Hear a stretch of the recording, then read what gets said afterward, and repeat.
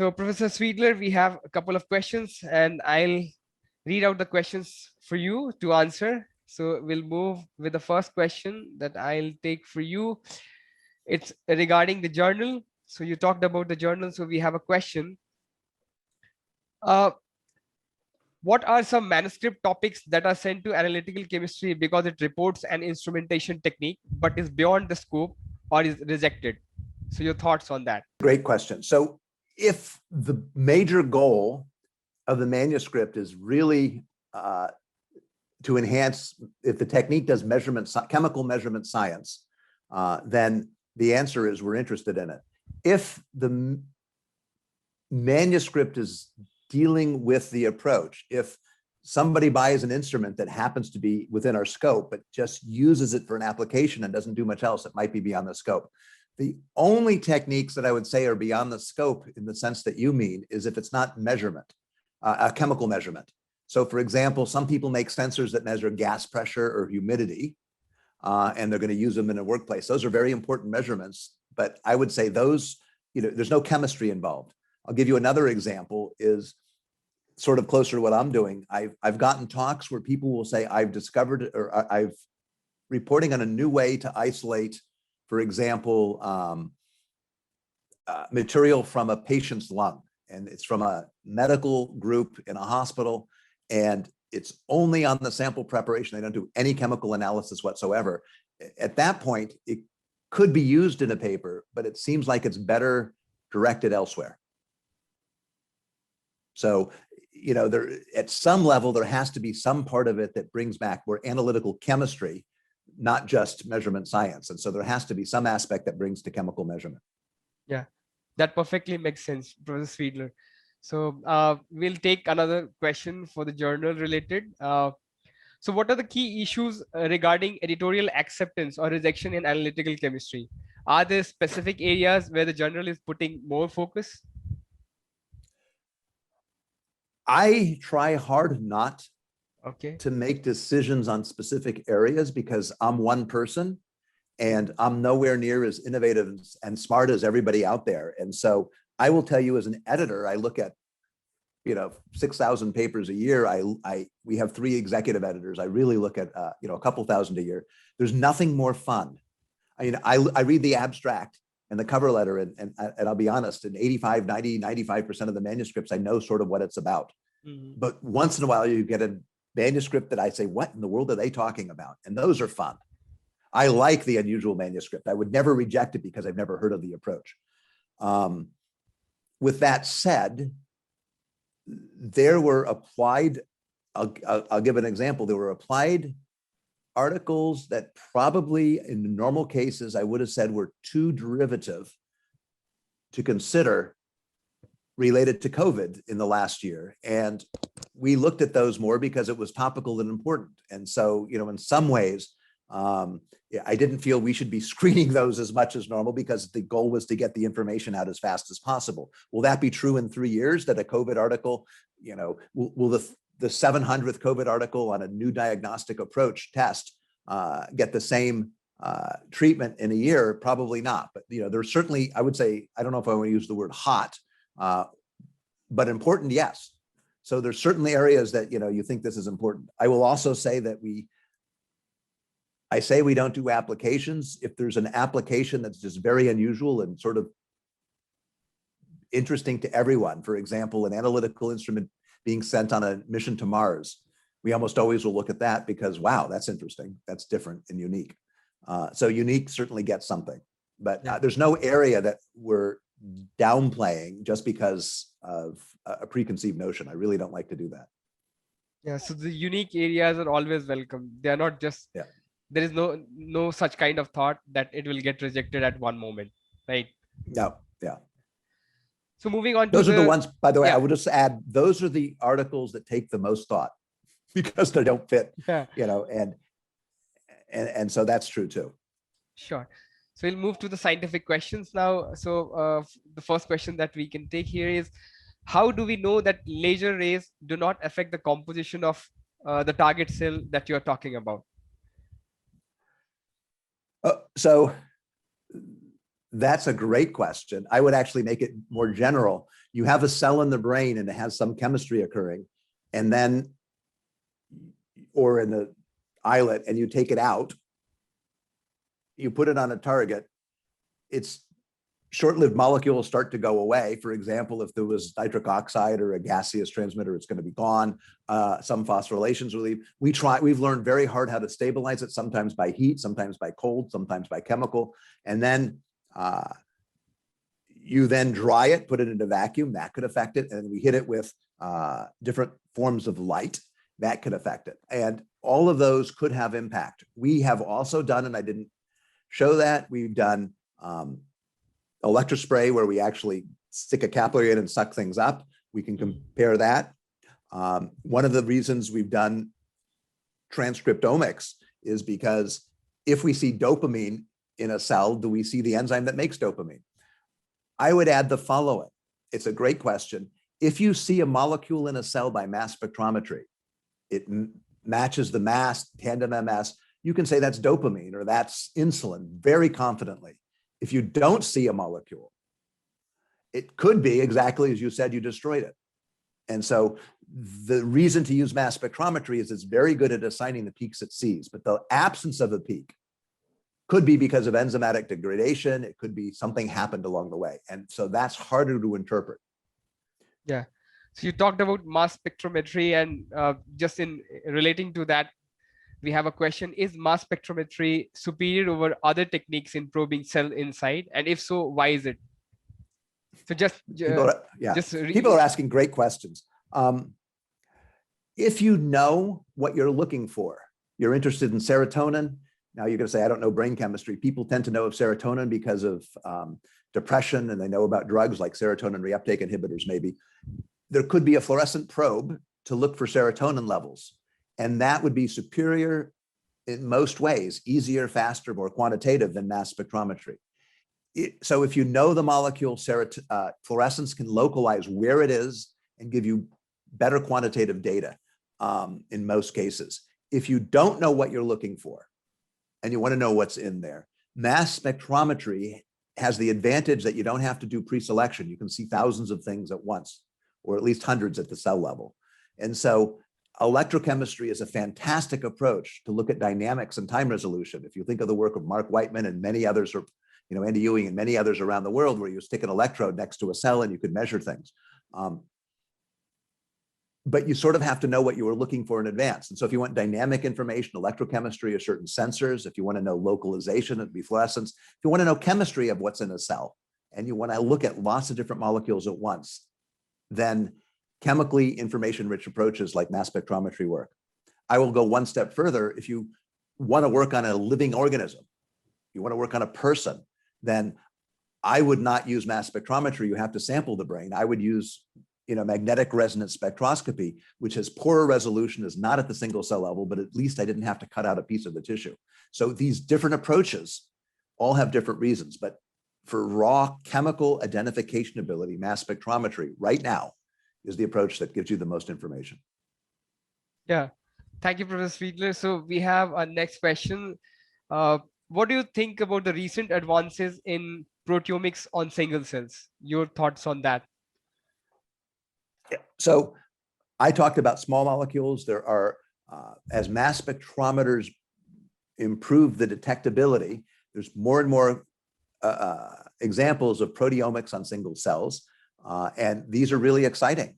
There's a lot of different ways of doing this. There's two inherent ways. If you think of mass cytometry, where you use 20 different antibodies, it's really you analyte pre-select, but you can do thousands and tens of thousands of cells. That's one approach. But the real proteomics, non-selective, I'm really excited about, and I think it'll open up a lot. The one thing to consider, though, even more than metabolites, a single cell, mammalian cell, can have a volume of low femtoliters.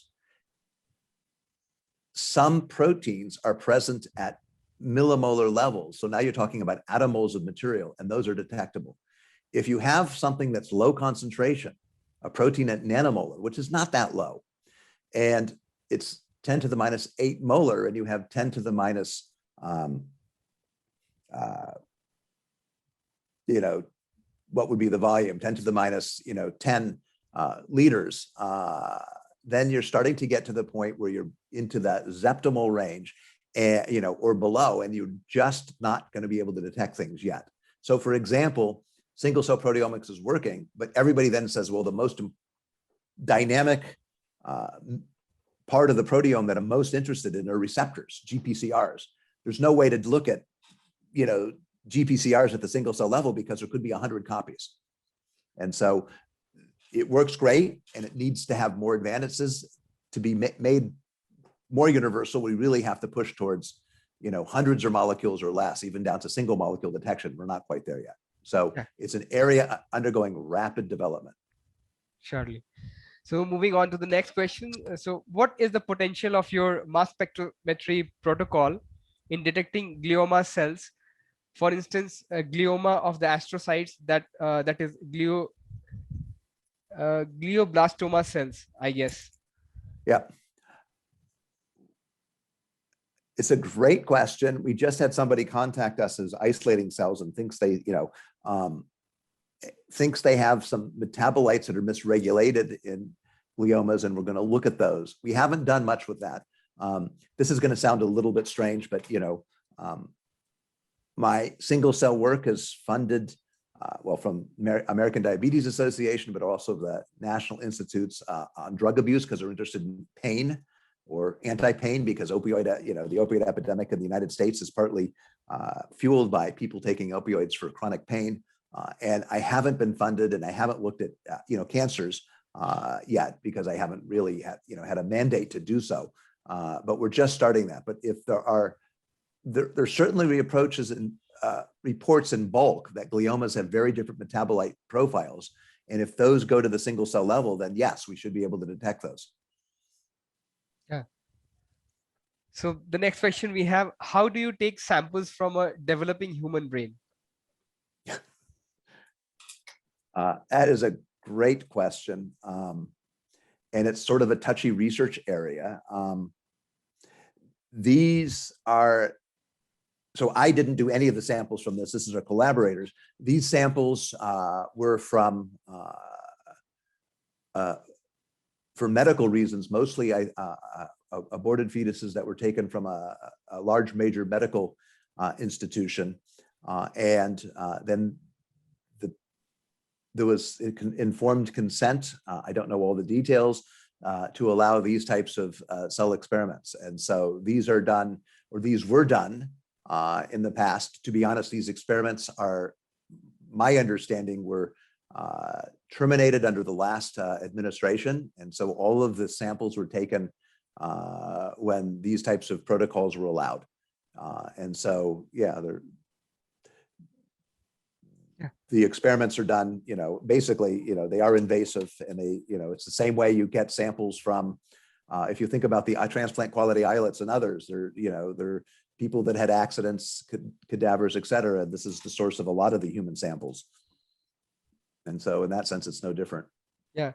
So just in line with the question, we have one more coming up. So how do we develop a chip which is equivalent to human brain so that it could be used up for these experiments? Just a question coming up. Yeah. No. So there's a lot of people interested in organoids and, brain organoids, and you can grow ensembles of cells that will take, will grow large enough to take on some of the differentiation that makes them look like a developing brain.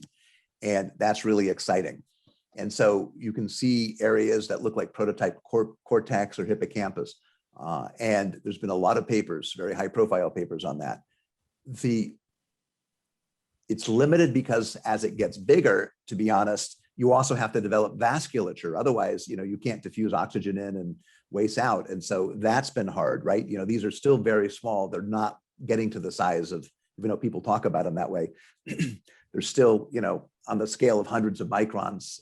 And that has to be improved. But the other side of it is, and we're working with a few groups on this, is they may look like they have, for example, a cerebellum. Do they actually have the transmitters of a cerebellum? Are they actually functionally making neurotransmitters? And that actually hasn't been shown. So we're now trying to work with some of these organoids or organoids on a chip and see if they're actually functionally making some of the chemical communication molecules, not just electrical activity and gross organization, anatomical organization. So we are trying to do that.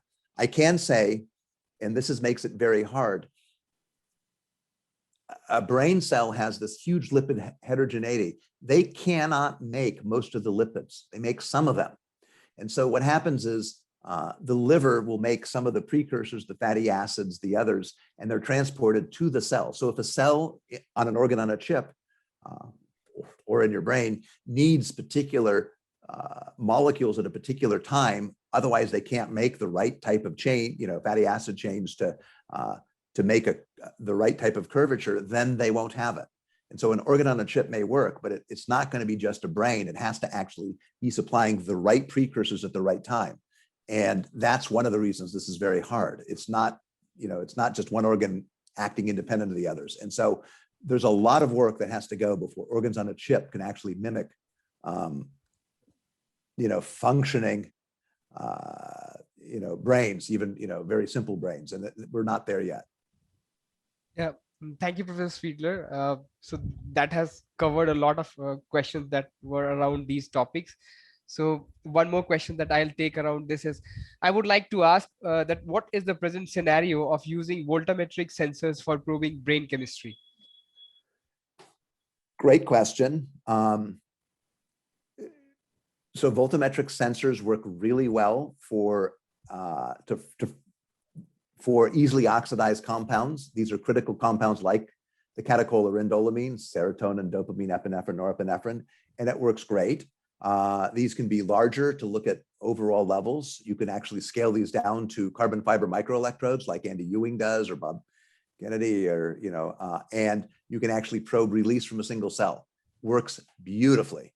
If, other people are doing this, but for example, Leslie Sumbers is doing this where she's modified them to look at neuropeptides like enkephalin. But the problem is there's whole similar peptides in that peptide family, and voltammetry by itself can't distinguish them.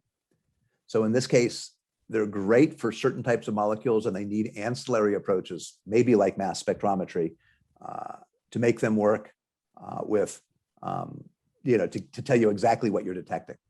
But the time resolution and the spatial resolution of some of these voltammetric approaches are just amazing.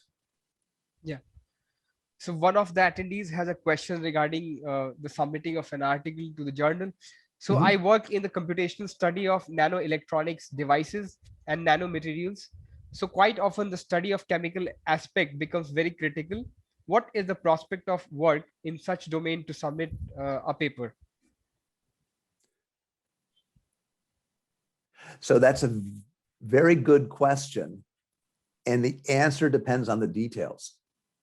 If the major point of the article, we do get articles that I'm very happy to take, is if it's really going to be focused on the chemical measurements and why, for example, these are hard and how you're making and enabling them, then that would certainly fit.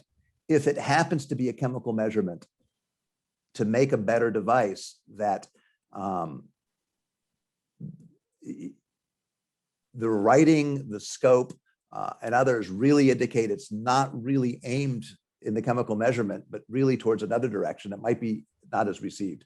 One of the things I do if it's an area that I'm not as familiar with is I read, the abstract, the introduction, the conclusions, but I also look at the citations. Now, I'm not looking for citations to Analytical Chemistry, the journal, even though, sure, why that's not bad, but I'm looking for citations to sort of the field of chemical measurement science.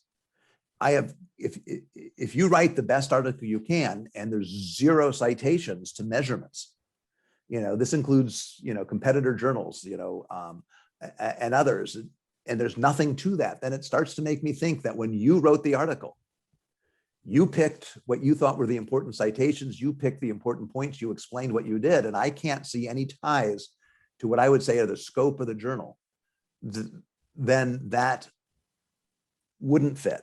So what I'm trying to say is what you're saying could fit or could not fit depending on the details. And it's very hard to answer blanketly, but some of them are fantastic. If somebody said, I'm developing new AFM approaches to be the measure and determine 15 nanometer or 90 nanometer features that I'm putting down on an integrated circuit to understand, failure modes, and the way I'm making these measurements, is this because we couldn't do it before, and this is going to enable better integrated circuits. And it's mostly on that approach. That would be great. Yeah. Thank you, Professor Sweedler. So we are running out of time, but if you allow, I can take the last one or two questions Sure. and then we can end. So there's one common, a question from the chat box that what will be the impact of single cell study in comparison with a group of cells in sync? That's a good question. It depends. So if you think about, so I picked the brain. If you think about cell culture and cells in sync, it makes perfect sense. But remember, okay, I'm 60 years old. Most of my brain cells are 60 years old. There is no sync. They're not part of the cell cycle, right? So if you live to be 100, your cells, most of your neurons are 100 years old. And that's first phenomenal, right? How in the world does a cell live to be 100 years old? One of the ways they do that is they have a bunch of astrocytes and others around it that take the hit. If there's if there's neurochemical poisons, the neurons give it to the astrocyte to die, and then they get replaced. But let me explain it this way. I could have two cells right here, and I put a pin in one versus the other, and different dorsal root ganglion neurons fire. They're different, distinct, non-superimposable cells. There's no two in my body that are the same because they all respond to different nociceptive fields. How are they different? What changes over decades? That's something that's very different. If you're working with identical cells that you can sync up and they're all in sync, then single cell studies may sound less important, but a lot of people are very interested because if you have two identical cells, stochastic processes drive them into differences. And what are those? That's a very different set of questions that are very interesting that still require single cell studies. Yeah. Another example is dividing cells and one of them goes sprawling and it becomes cancerous. Can you understand the first steps of those? That's harder because you don't know which cell to look at.